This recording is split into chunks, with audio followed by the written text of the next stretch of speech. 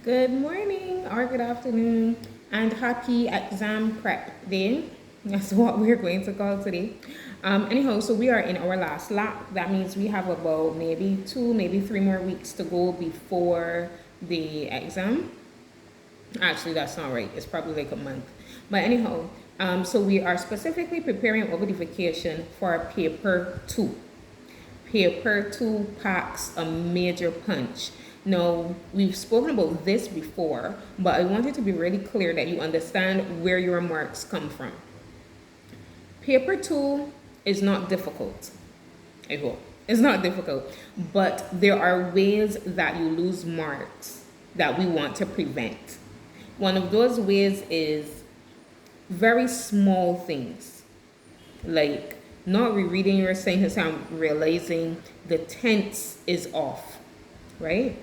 So if you begin writing in the past tense, you need to continue in the past tense all the way through. If you begin in the present tense, it needs to continue in the present tense all the way through. Okay? So that's something that's really important that we're going to see in your stories. We're not doing stories today, but when we get to stories, that is something that you need to see coming through. Today we are going to be working on 2 elements of the paper. So that means timing is going to be everything. Today we are going to be working on section A and section C. Section A is going to be the summary. It's not usually a favorite for many students, but it has to be done. It has to be done. When you are doing your summary, what do we keep in mind? First of all, do not use your opinion. Nobody don't want your opinion on what the examiner gave you to read, okay? So no opinions. The other thing is, remember your paraphrasing skills. What is paraphrasing? So just jog your memory. So for example, if I said there's a golden star behind the teacher, right? So my original sentence is, there is a golden star behind the teacher. How can you rephrase that sentence so that you do not change the meaning, but you retell it in a different way, okay? Behind the teacher, there was a bright star. Above the teacher's head, there was a bright star. A bright and golden star sat above anything like that. Rephrase it. You must also make sure that you do not put in examples, useless statistics, or anything like that, okay? And of course, stick to the word limit. That's part 1. The other thing we're going to be working on today, I pray that time allows, but we'll see. The other thing we're going to be working on today is going to be the argument.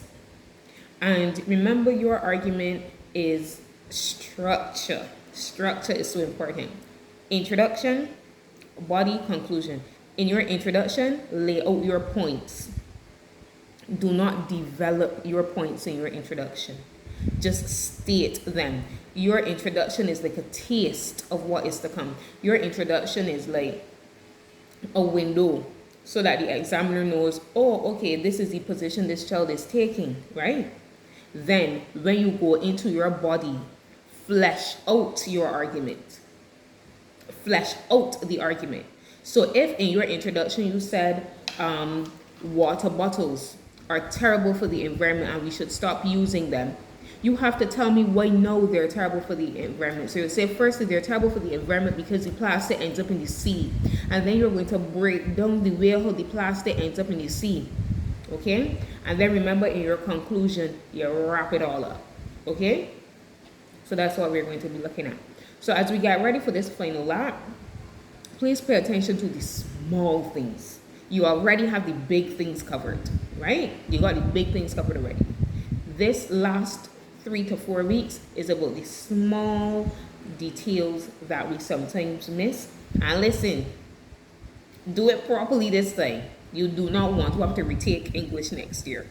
Okay? So for these next few weeks, just suck it up. Try to get mentally strong just for this time.